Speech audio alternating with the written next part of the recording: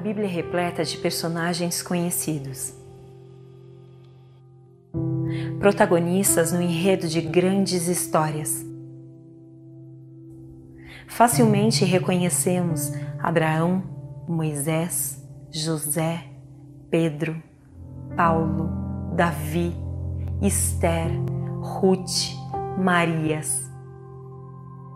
Todos esses fazem parte do plano de Deus para a redenção.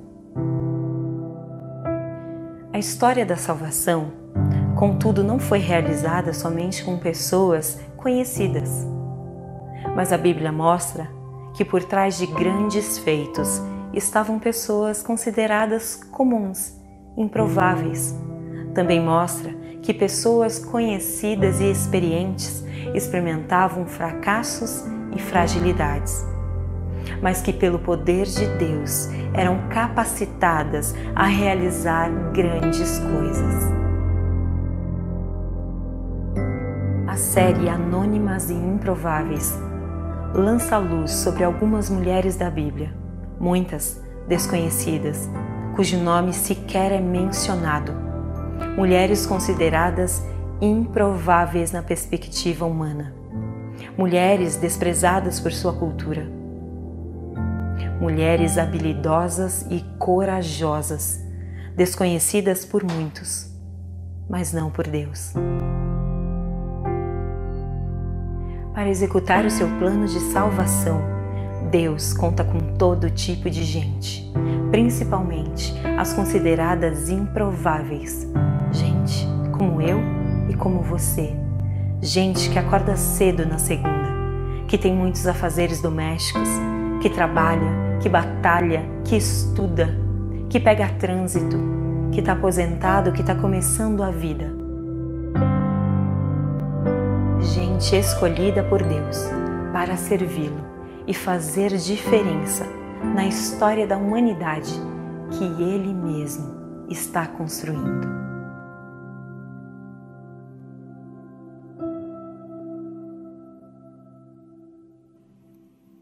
Então eu trago para vocês hoje mais uma anônima improvável. Essa é uma mulher, uma daquelas pessoas comuns que não figuram nas listas dos notáveis e famosos personagens bíblicos. Ela era uma dona de casa, ali ocupada com seus afazeres domésticos. Ela tinha a sua família, morava numa região de deserto, ao pé do Monte Carmelo, lá na Palestina, no sul da Palestina, bem pertinho do Mar Morto, numa cidadezinha chamada Maom. Já ouviu falar? Eu não. Ela vivia nesse semi-isolamento, longe dos grandes centros e dos acontecimentos mais importantes da nação de Israel. Muito embora ela fosse casada com um homem muito rico, um latifundiário, criador de ovelhas e cabras, chamado Nabal. O seu país estava experimentando a monarquia com o seu primeiro rei, o rei Saul. E ela, como muitos outros cidadãos comuns, acompanhava de longe as notícias não muito animadoras a respeito deste rei, um homem muito inseguro e temperamental.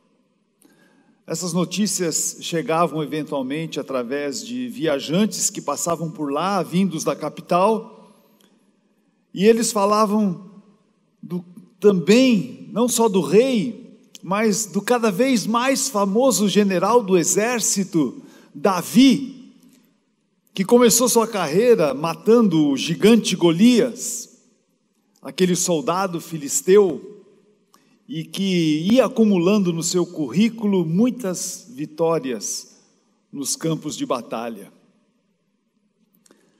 E agora, os rumores mais recentes davam conta de que Saul estava perdendo o poder e que Davi eventualmente seria o próximo rei, tendo inclusive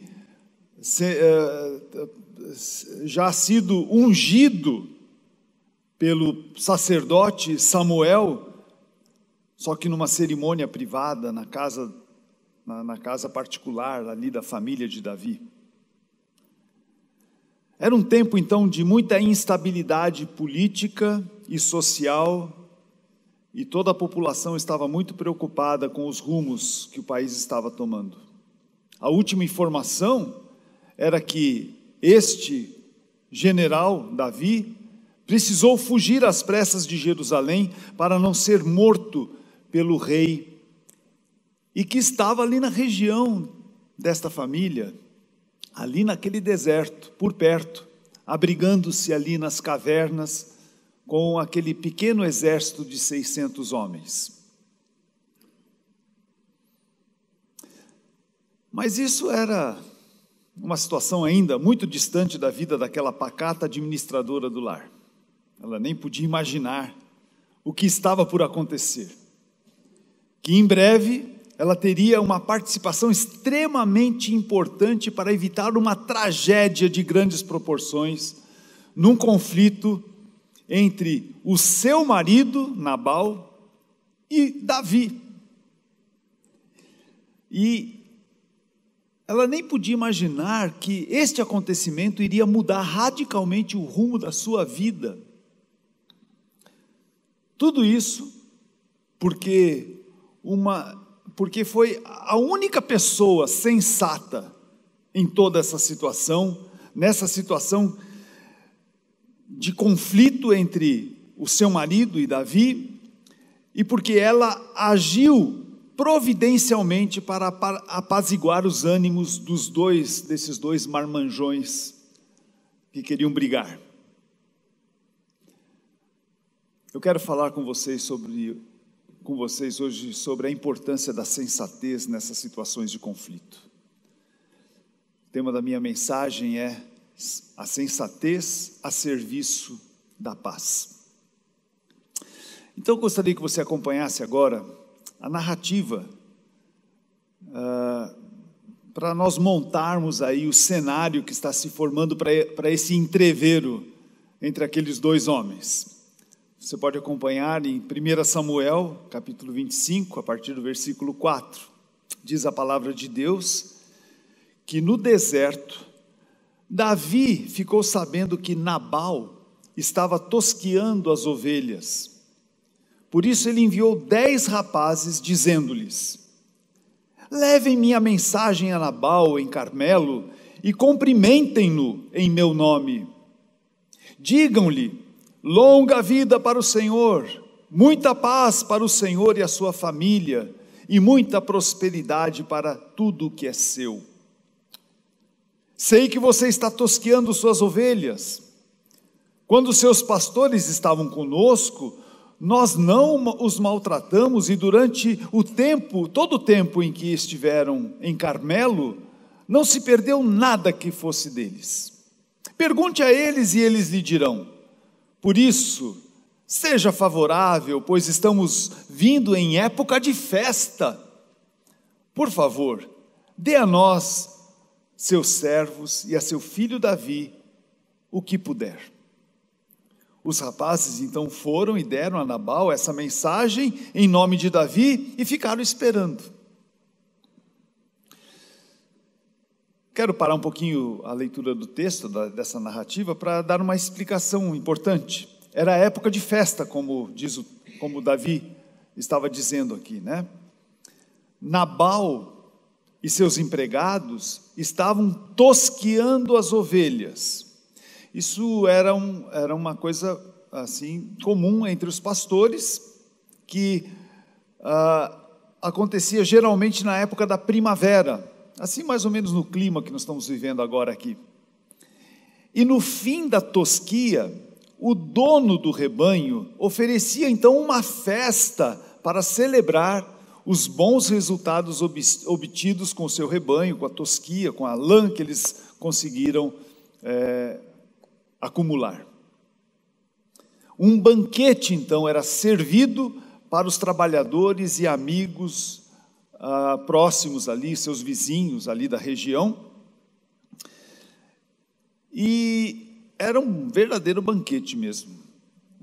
Muita carne de ovelha, de cabra, também de bois, era assada no fogo, muito vinho à vontade, o pessoal se embebedava, e era aquela festa, né, aquela festança.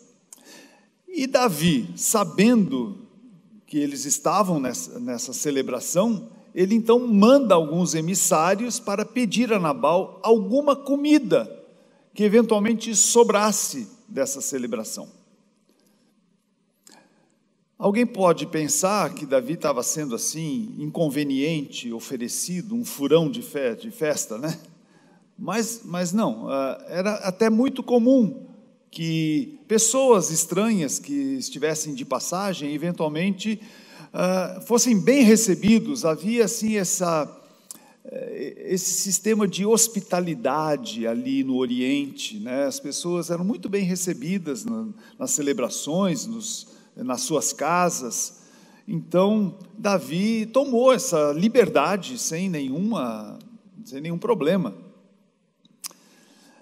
Além disso, ele tinha conhecimento que Nabal era um homem riquíssimo, que teria condições de oferecer com muita facilidade algo para ele e os seus homens, sem problema nenhum.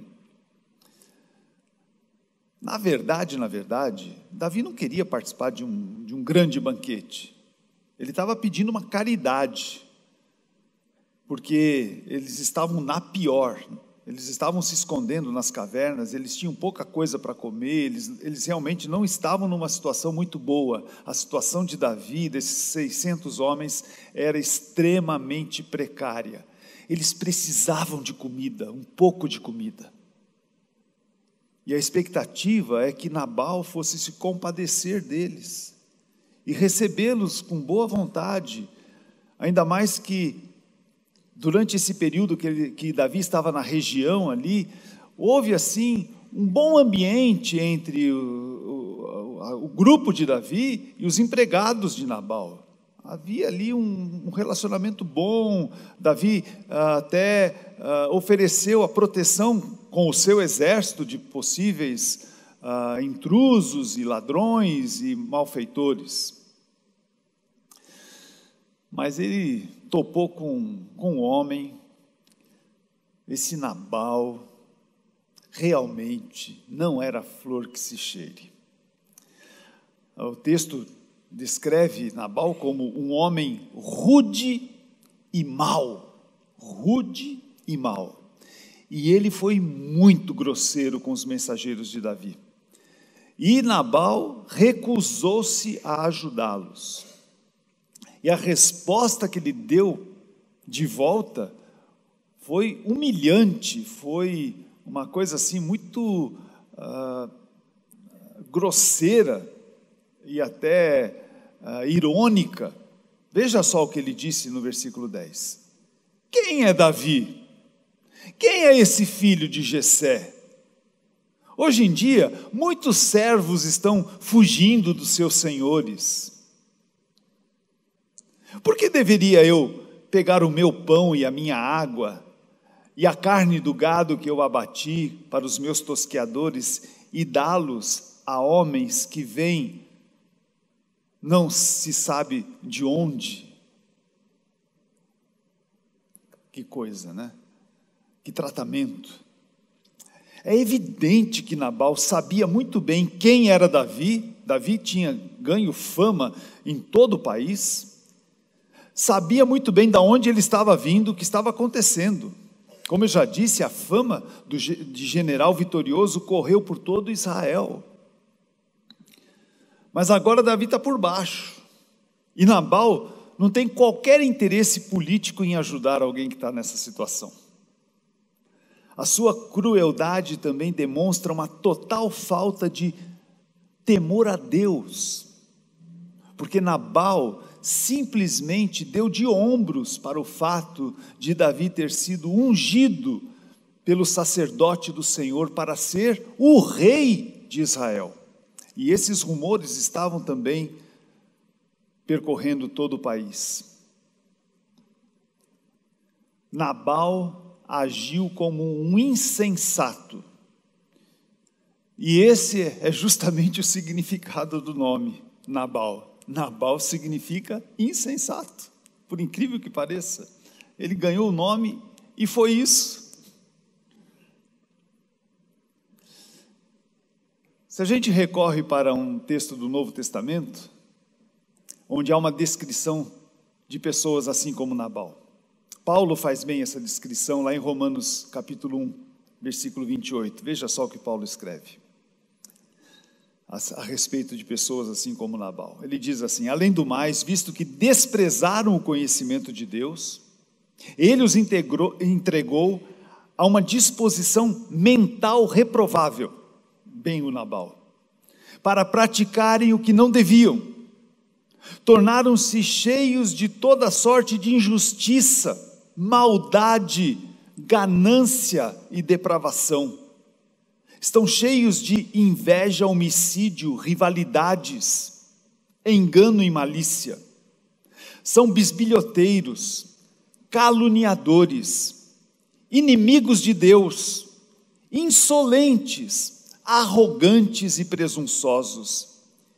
Inventam maneiras de praticar o mal, desobedecem a seus pais, são insensatos, desleais, sem amor pela família, implacáveis. Vocês concordam comigo que essa é uma boa descrição de Nabal? É isso aí, assim era Nabal. Mas e Davi? O que é que nós podemos esperar de Davi? Davi era como Nabal? Não, né? Davi é alguém que conhece a Deus. Davi teme a Deus. Davi adora a Deus. Davi foi conhecido como o homem segundo o coração de Deus. O que é que nós podemos esperar de um homem segundo o coração de Deus? Como é que ele reagiria diante dessa afronta de Nabal? Nós sabemos o ideal, né? O ideal é, se alguém bate numa face, você oferece a outra.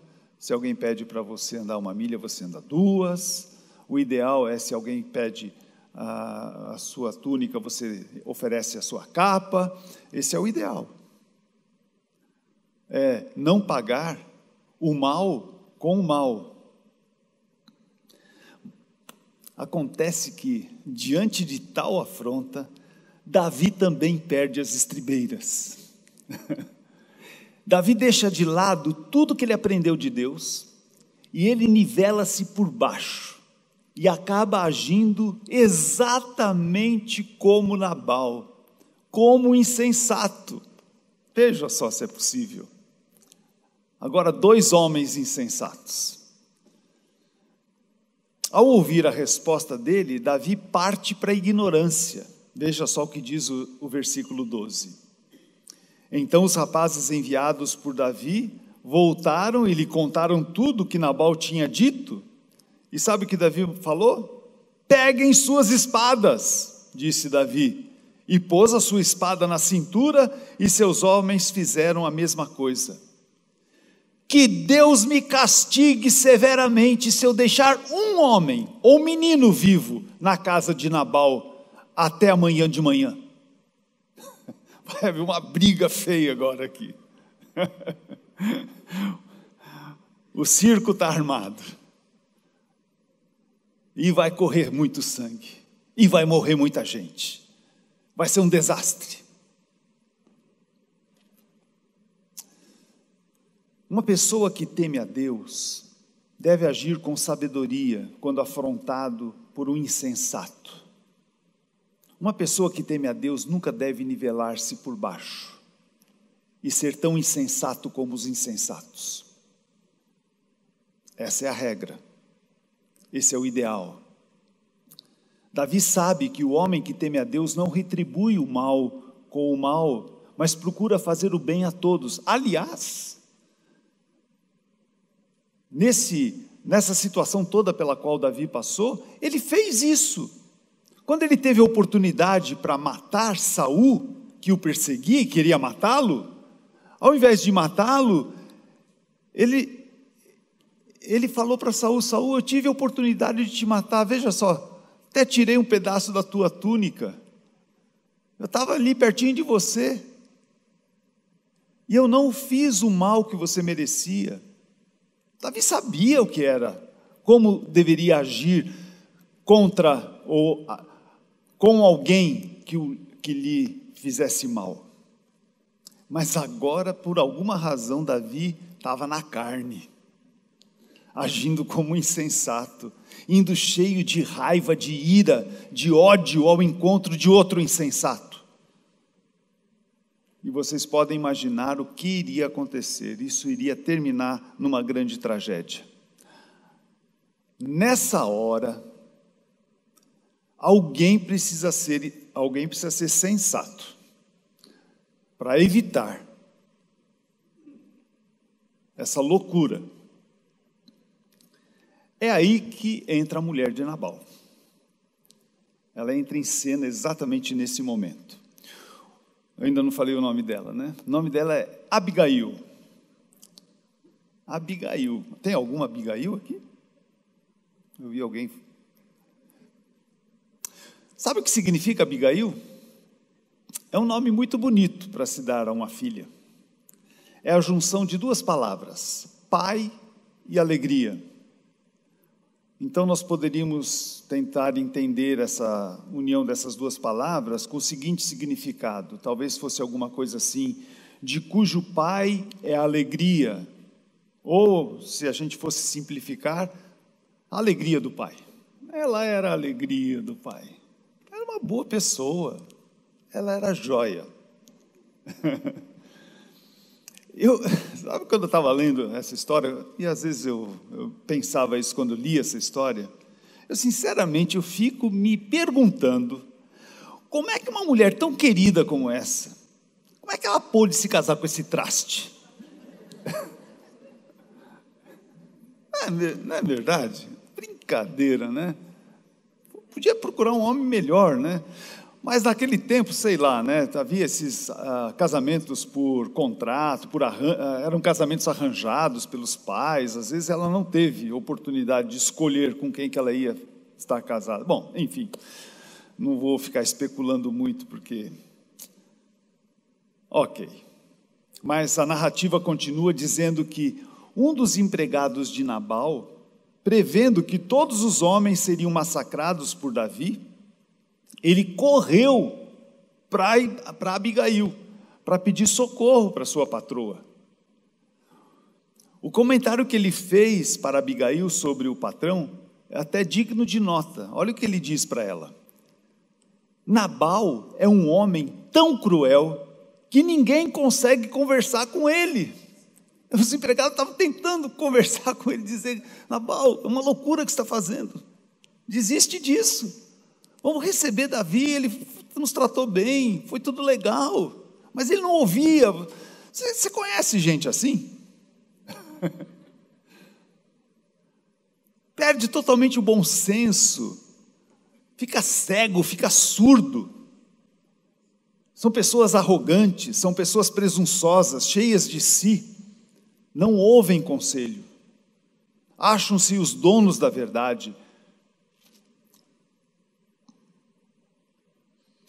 Assim era Nabal, e esse empregado, ele, como não conseguia convencer o seu patrão, ele foi para a patroa, e ele foi para a pessoa certa. Abigail demonstra o sangue frio necessário nessa hora, aquele autocontrole, e a iniciativa que precisava acontecer naquele momento, para interromper esse ciclo de violência. E ela age com muita sensatez, ela age rápido para apaziguar aquela situação.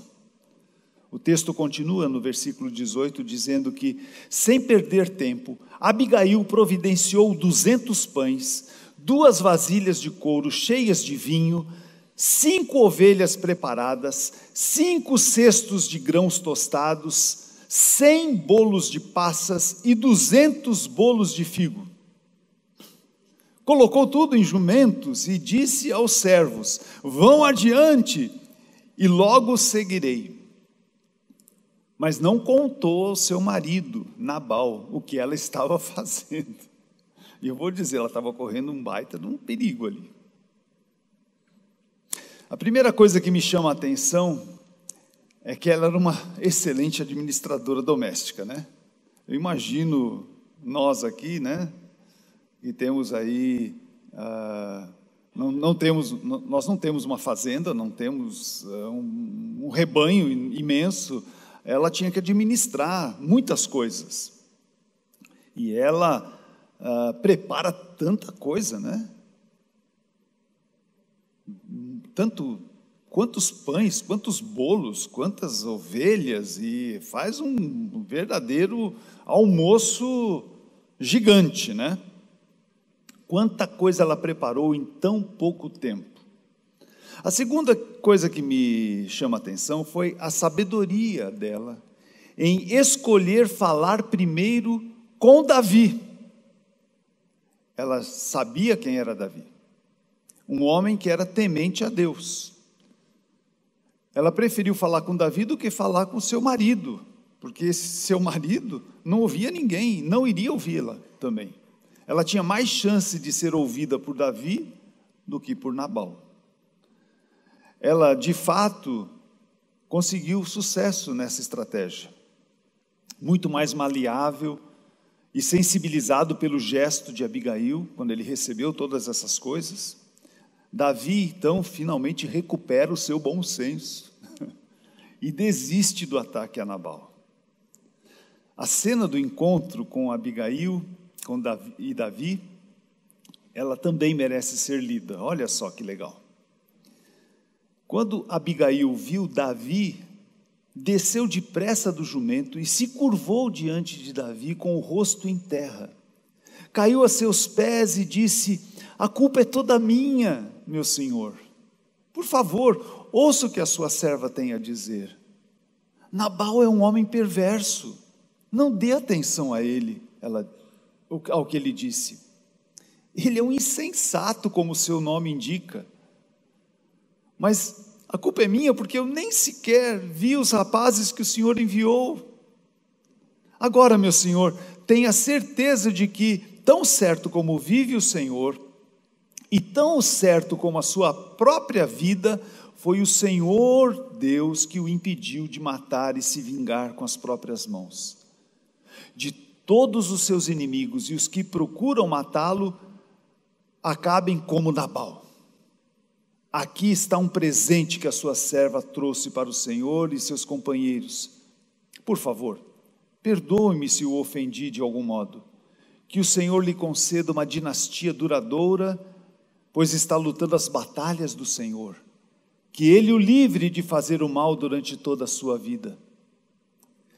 Mesmo quando for perseguido por aqueles que procuram matá-lo, uma alusão a Saul, sua vida estará segura sob o cuidado do Senhor, seu Deus, protegida como um tesouro, mas a vida de seus inimigos desaparecerá como pedras atiradas de uma funda. Será que ela está profetizando aqui?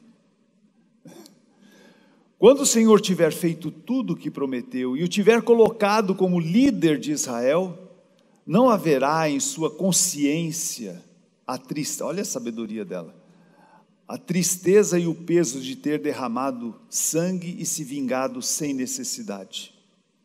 E quando o Senhor tiver feito grandes coisas em seu favor, lembre-se da sua serva. Aí, essa é Abigail, a única sensata nessa história. A sensatez de Abigail a levou a agir como uma promotora da paz, uma pacificadora. Ela foi humilde, assumindo uma culpa que nem era dela. Ela foi honesta, não tentando justificar-se ou justificar o seu marido, não tentou inocentar Nabal. E ela demonstrou estar bem sintonizada aos propósitos de Deus. Veja como ela está bem informada, né? Muito embora ela fosse uma dona de casa no meio do deserto, ela não era uma alienada. Ela conhecia as coisas que estavam acontecendo, ela prestava atenção ao que os profetas do seu tempo anunciavam, e ela dava crédito para isso. Muito bem, esse dá um bom enredo para um bom filme, né? Então agora nós vamos caminhando para o desfecho dessa história, e é de uma ironia impressionante. Ela precisava agora falar com seu marido. Eu acho que isso daí não deve ter sido nada fácil para ela. Foi muito difícil, porque ela estava correndo o risco de apanhar do marido, porque um homem como esse ia bater nela. É o que nós estamos vendo hoje, né, nos noticiários aí, né? Ela ia apanhar dele, e naquele tempo, principalmente.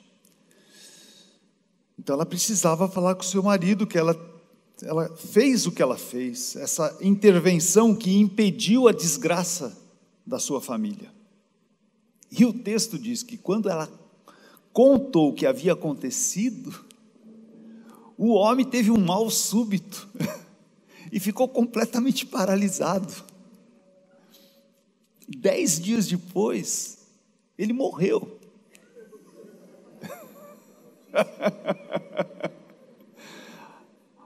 Alguns dizem que ele teve um AVC,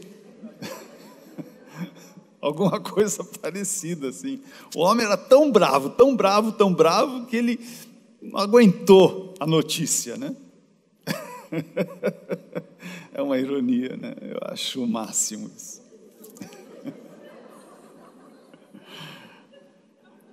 Gente insensata termina mal, viu? Termina mal.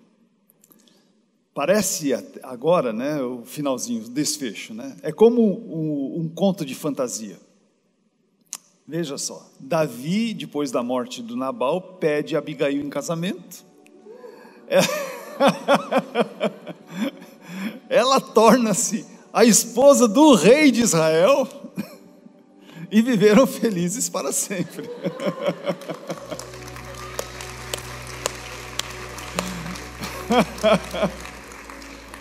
É muito engraçado.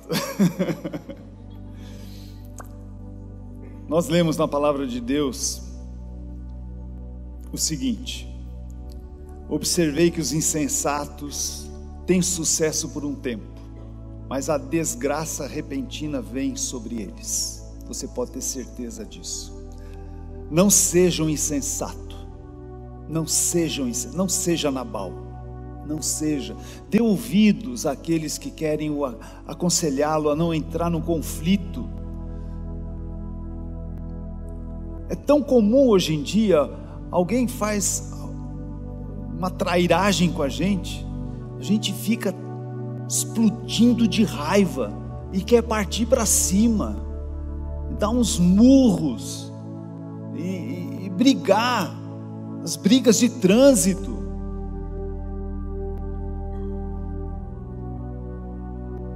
Insensatez, infantilidade, imaturidade. Não podemos ser como Nabal, porque a desgraça vem repentinamente. Por outro lado, o sensato está preparado para desempenhar um dos serviços mais importantes na promoção da saúde das relações humanas: a pacificação entre as partes. Igreja de Jesus Cristo que está reunida aqui, discípulos de Jesus, que é você. Você foi chamado para ser um pacificador. Um pacificador não é alguém que vive na paz. Eu sou da paz, paz e amor, mas fica na sua. Não, o pacificador tem que ser uma pessoa às vezes corajosa, uma pessoa que vai correr determinados riscos, porque ele vai se meter no meio de um conflito, ele pode sair apanhando nessa história toda, mas ele vai fazer o possível para que duas pessoas façam as pazes, superem as suas mágoas, as suas raivas, seus ressentimentos, O mundo será muito melhor se nós, Igreja de Jesus Cristo, agirmos como pacificadores. Eu diria mais, se nós levarmos pessoas a fazerem as pazes com Deus, sermos reconciliadores, porque as pessoas são inimigas de Deus e precisam fazer as pazes com Deus. E quando as pessoas fazem as pazes com Deus, elas estão muito mais preparadas a fazer as pazes com outras pessoas.